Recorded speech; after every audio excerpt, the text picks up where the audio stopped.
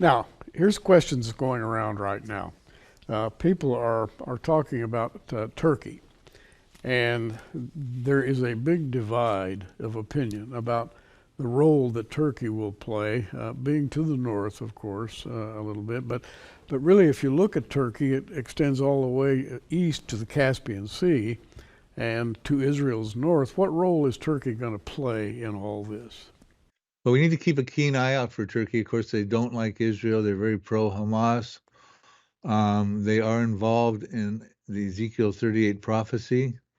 There's two main prophecies that I'm watching for. One, I believe, leads to the other. One would be Psalm 83, where you would have an Arab group of countries. I read about this in the Now Prophecies book. They want to come together in a confederacy to destroy the nation of Israel, that the name of Israel be remembered no more. And they form an inner circle of countries that share common borders with Israel, that have been Israel's notorious enemies from time immemorial, including Hezbollah to the north with Lebanon and Syria, Iraq. Of course, you've got the Iranian proxies are in these countries, the Gaza, the Palestinians of the West Bank. You've got Saudi Arabia, Jordan, and Egypt. Now, Jordan and Egypt have temporary peace treaties with Israel, but those treaties will be voided out according to prophecies that will show the Israeli Defense Forces are winning wars. That would be in Jeremiah 49, verse 2 with Jordan, and Isaiah 19, verses 16 to 18 with Egypt. So those are temporary, but that's not including Turkey. That's an inner circle of countries, but the outer ring of countries includes Turkey, and that's Ezekiel 38 prophecy. They don't share common borders with Israel. They're not involved in Psalm 83. They're not listed. Ezekiel is very clear about who is involved in Ezekiel 38, and Turkey's right at the top of the list with Russia under the banner. Turkey's under the banner Meshach and Tubal. Of course, you got Iran as listed there as Persia in Ezekiel 38, verse 5. We also have Ethiopia, Libya, some of the North African countries, some of the breakaway Soviet Union countries, probably some of the stands, Kazakhstans, etc. That's another different prophecy in itself, and that's a massive prophecy that's stage setting. I put that together in the Next Prophecies book. Now, another question. You comment, and I've heard you comment on this, that the IDF is at max right now. They're fighting on several small fronts. But you have mentioned that you think that Hezbollah is going to try to spread the IDF, Israel Defense Forces, so thin that they will not be able to defend themselves. Where do we stand there? Well, I actually wrote an article. Let me get my notes on this. I wrote an article in your Prophecy Watchers magazine. I think it came out in February, if I'm not mistaken, talking about Iran's overall, things to look ahead to in 2024. We also reflected in 2023 in that article. And among the things I talked about was a multifaceted, multi-phased war that Iran would orchestrate through its proxies. Phase one has been going on since October 7th with Hamas, and again, October 8th, Hezbollah joined in to fight on the north. And that's, of course, when all those Israeli citizens were evacuated and still evacuated. But here's some of the things I pointed out that phase one was important to accomplish, and Hezbollah has accomplished that successfully and can now move on to phase two. So first of all, they want to spread the IDF thin by diverting troops and important military resources to the north of Israel, away from the Gaza war campaign, so that Israel is now mobilizing more and more now to the north because of this. They wanted to deplete some of Israel's missile defense systems, namely the Iron Dome. They have been doing that. Israel needs more of those, and they do a massive barrage in a war. Israel's Iron Dome will certainly be depleted. 3, they wanted to create danger and chaos and hysteria among the civilians in the north, causing evacuation. When these evacuations happen, remember that most Israelis have military experience because of their mandatory draft. So when these 80-some thousand people were evacuated from the north, it opened the area for Hezbollah to do a ground invasion. And to do a ground invasion without combatants coming against them, they would just simply be doing a war with the troops of Israel. So that's a possibility. Now, Israel is also talking about a ground invasion into southern Lebanon. Now, this stuff is all relatively recent news. The other thing too is it imposes a refugee burden on Israel and really hurts the tourism, of course, and that's been going on as well. So all these things have been successful, and meanwhile, it also gives the international community more time to rally against Israel. It's so much anti-Semitism now, especially the United Nations. And lastly, it gives Iran an opportunity to develop their nuclear weapons and put them on warheads and send them at Israel. And I think that was all part of phase one. I think when Iran came out in April and sent those missiles over to Israel, they were ready for phase two. Although I think phase two was stalled, like you said, maybe it was an act of God. But at this point, I think phase two is about to happen, and Israel's gearing up for it. And it would start with this war with Hezbollah. Now, it's interesting. I'll just take a moment since I'm on a roll here, Gary. Some headlines here. Israel approves. These are recent headlines that we need to be watching for. Israel approves an operational plan for Lebanon's offensive, says the army. In other words, Israel is prepared and approved a plan to go into a massive war with Hezbollah. Times of Israel says on June 18th, in an open threat, Hezbollah publishes drone footage in sites in northern Israel. We talked about that drone footage over Haifa. Hezbollah is actually threatening Cyprus as well because Cyprus has airport there that could help Israel with military activities. Anyway, the list goes on. There's no shortage of headlines right now, and they're all geared toward a war with Israel and Hezbollah. Now, The Hamas war is almost on the back pages anymore compared to what's going on with Hezbollah. I have a quick question, and that is concerning the West. America, in particular, has been very critical of what Israel is doing. Uh, I'm seeing genuine depression when you watch Israeli television, for example. There's no chin up and good cheer. There's people are very fearful. They're worried, and in particular, they seem to be worried because the West is withdrawing its traditional support. Where's that going? Well, under the current Biden administration, it's continuing to go, in my estimation, in the wrong direction. Starting with, and yes, we were there helping intercept those missiles, and the Biden administration is quick to point that out. Helped Israel on that massive assault with those 320 missiles coming at them. But he's withheld ammunition and important military equipment from getting into the Rafah conflict that Israel has going on with the Hamas in the Rafah. Benjamin Netanyahu has come out and confronted the Biden administration about that.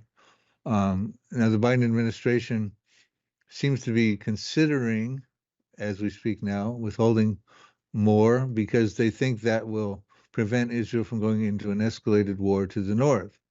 I mean, the rationale is ridiculous. And it goes on to say basically, Netanyahu is basically saying you're going to cause a war. So on the one hand, Biden's thinking we can prevent an escalation by withholding ammunition, et cetera.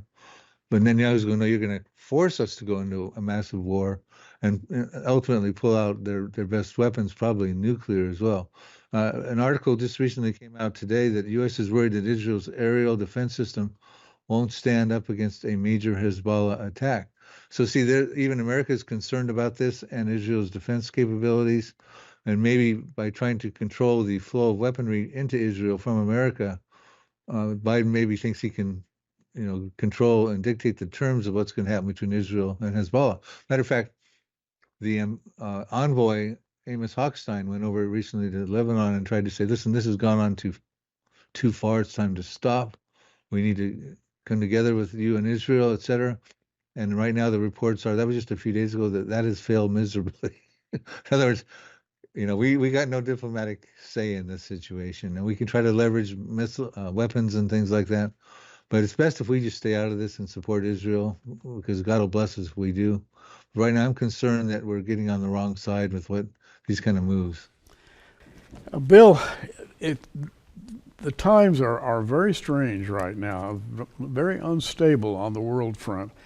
And I have seen so many books published lately on the rapture of the church and the nearness of it. And we're undergoing another round of excitement about the rapture of the church. What's your response to that? Well, I am a pre-tribulation rapture believer. I am so pre-trib, I don't buy post toasties or green bananas. And that's humor that I've gotten from Arnold Fruchtenbaum and others. But the point is, Gary, I think this is a legitimate topic right now because as we see all the end time signs converging, the Middle East we've been talking about is just one of them, but there's many other things too with the World Economic Forum, the cashless society that can happen now with the digital technologies, the cryptocurrencies. There's also the AI, etc. And as we look at all these things converging, we have to realize that among the top of the list that we should be looking for is our blessed hope, and that's the return of Jesus Christ to pull his bride out. He's yearning to do that. He wants to get us out of here before the tribulation begins, the wrath that gets poured out there. But this could happen, the rapture could happen at any given time. It's imminent. I think it could be the next thing to happen, although there could be some other pre-tribulation things that could happen also. So the rapture is pre-tribulation. Now, do you believe that some of the events that we see in the Psalms, in Ezekiel, in Daniel, in the minor prophets, do you believe that the things that seem to be unfolding in the Middle East right now have any bearing on the near approach of the rapture? Well, I do. I don't see those things. For instance, Psalm 83, the Arab-Israeli conflict. I don't see Ezekiel 38, the Gog and Magog invasion, as dealing with the wrath of God that we need to be spared from, which we're promised to be delivered from that, of course, in multiple places. But I do see them as signposts that we're getting near to the end times of the tribulation period. So I think Psalm 83, I'm going to give you, your viewers, my sequence of what I think could happen. And of course, I'm speculating. And the rapture, of course, is the wild card. It could happen at any given time. But here's what I'm going to suggest. I think Psalm 83 and the Arab-Israeli conflict and all the related prophecies to that, and those would be involving Hamas and Hezbollah and Jordan and other prophecies. I write about them in the Now Prophecies book. I think that could happen. And what could actually happen prior to that would be the destruction of Damascus in Isaiah 17, which could lead to the Psalm 83 conflict. I think even maybe before that, let's go one step forward in front of that, could be the prophecy of Elam in Jeremiah chapter 49, verses 34 through 39. We've talked about this before, Gary, in your studio. Actually, we talked about it once upon a time when your studio was in your house before you went to the Prophecy Watcher studio. But it goes way back, and that could happen. That's a disaster in Iran on the west coast where Iran's Bashar nuclear reactor is, their underground missile silos, their underground airport, their portable rocket launchers. It's a strategic target. That could be the disaster. That's a prophecy. That could lead to Isaiah 17, the destruction of Damascus. That could lead to Psalm 83. And then ultimately after Psalm 83, I think Ezekiel 38 would happen because Israel could be dwelling securely without the threat of Arabs around them. And that's a prerequisite of Ezekiel 38. Now, I think all these are pre-tribulational events, including the rapture. Now, where would the rapture fall in? In my estimation, I hope it's next, but I would tell you honestly, it very well could be, I think, between Psalm 83 and Ezekiel 38. But again, I'm just guessing at that, of course. Well, I think it's very interesting that Vladimir Putin is in this mix. And the word is that Vladimir Putin does not want to get involved in an atomic war. Now, whether that's true or not, but that's the speculation that you hear on the news. And the pundits are all saying they don't believe Russia is going to get involved right now. What do you think? Well, I think Russia, when you say get involved right now, clarify that. You mean involved in the Middle East per se and what's going on right now? Is that what you're talking about? Yes. Okay. I think they are going to be careful. They're going to get their feet in there as much as they can. They've got missile defense systems already set up in places like Syria and with Hezbollah and of course Iran. But I think they're also got to be careful because they don't want to spread themselves too thin. They've already got the West barreling down on them in the Ukraine situation. They're concerned about that. That isn't going real well for them. It's been going on for a long time now. I think when you look at Russia and Ezekiel 38, which is sort of the leader of that belligerent coalition, as most of us would teach, what kind of Russia are we looking at there? I mean, why do they need so many big friends to form this massive coalition to go against a little tiny Israel that's about the size of New Jersey? You're talking about if this were to happen today, and I don't think it's quite ready to happen today, about 2.5 million troops assembled by the coalition of Russia, Turkey, Iran, and the rest of them, coming against about 176,000 or so Israeli soldiers. So it's just such a David and Goliath scenario. But I think Israel at the time when this happens, and Russia at the time when this happens, you had a couple different things in play. First of all, the Israel of today is not going to be the Israel at that time. They're going to be stronger. The exceedingly great army will be have shown itself. They will have taken out the Arab threat around them, Hezbollah, Hamas, etc. And I think Russia at that point in time says, okay, look, Israel's now expanding. They've got plunder and booty that we need. Our economies are struggling. Let's come together. And a lot of those countries, by the way, in Ezekiel 38 are Muslim. So Russia will feed off of that. They'll put together this coalition. And Russia, I think Russia is not the same at that point. I think Russia needs help to come against that Israel, the Israeli Defense Forces. Of course, they'll form this formidable coalition that's even too formidable for the American troops or the Israeli Defense Forces, because we don't find them in that prophecy. We find God in that prophecy, supernaturally stopping that with a great earthquake, pestilence, fire, brimstone, flooding rains, great hailstones. So I think basically my guess would be Russia's not going to be the same by that time. They're going to need help. They're probably going to be continuing to be spread thin with Ukraine. So I think personally they're going to be a little careful about diving too deep into the Middle East right now. The United Arab Emirates and other countries in the vicinity are oil wealthy, and oil has come to play a huge, huge part in politics, global politics, particularly since our president made the decisions he did to cut back oil production on our part, which has destabilized the Middle East to a great degree. Where do you think that fits? Well, regarding the United Arab Emirates and those GCC, Gulf Cooperative Council states over there that hug the Persian Gulf on the opposite side of Iran, which would be UAE, Bahrain, Saudi Arabia, Kuwait, Oman, and Qatar. Apart from Saudi Arabia, I don't know that those other countries are deeply involved in Bible prophecy. Some people, I think even yourself, Gary, might say, well, they could be part of the Dedan, Sheba and Dedan thing in Ezekiel 38. I think Dedan is Saudi Arabia, but it could also maybe include some of those countries. I think they're basically at risk here because of Iran's potential nuclear program. And I don't know that they really play much in Bible prophecy, but I do think oil is going to be important. And that may be part of the hooks in the jaw type of thing when Israel it's already exploiting its natural gas that it's getting out of the Mediterranean Sea. They may be able to take over some oil after Psalm 83, some territories with oil. I think that could be the hooks in the jaw, the natural resources and things that may come into play at that time. But I don't really know much about whether or not oil is going to play a major role in this war right now. You write that Hezbollah and Hamas and others are in the business of creating hysteria. They want war, and they're trying everything they can to kick off a war because they think that God is on their side. And that's another story. We could talk for maybe a half hour on that one, but Hamas, Hezbollah, and other groups really are trying to kick up hysteria in the Middle East, and we see that right now.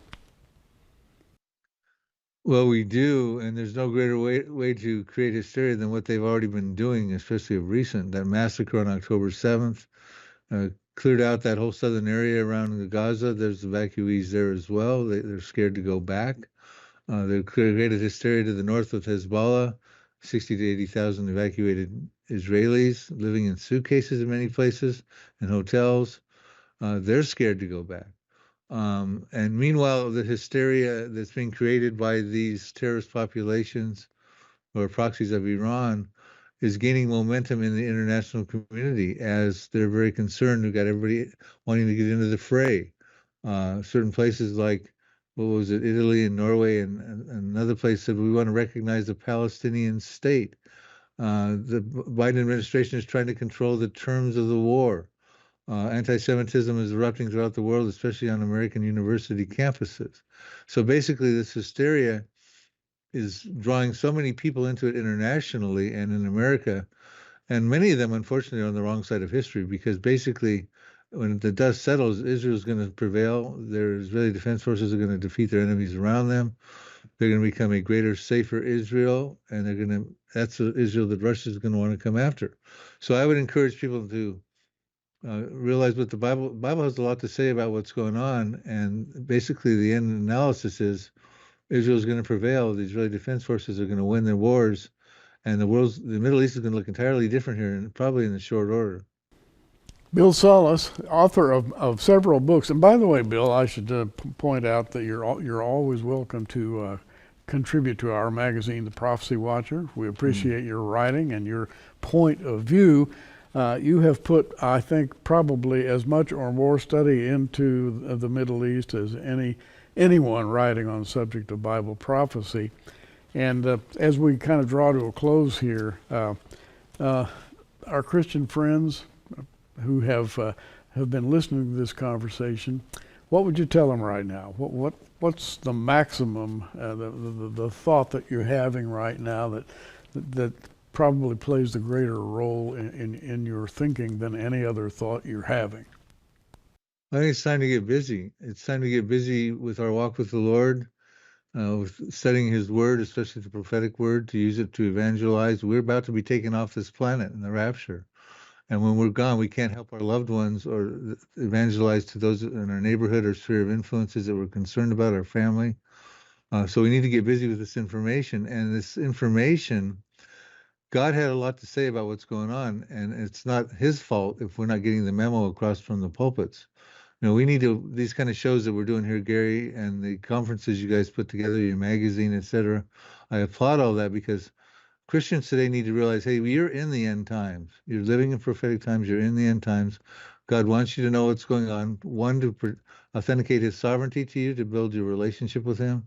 Two, to equip you for the days in which you live. And three, to evangelize to the lost, because we're living on borrowed time. I would kind of close with, I think it was Jan Markell that said, don't fear, things are not falling apart, but things are falling in place exactly as the Bible prophecies predicted. So we're living in the end times. It's an exciting time to be alive if you know what we know and what we're sharing with you.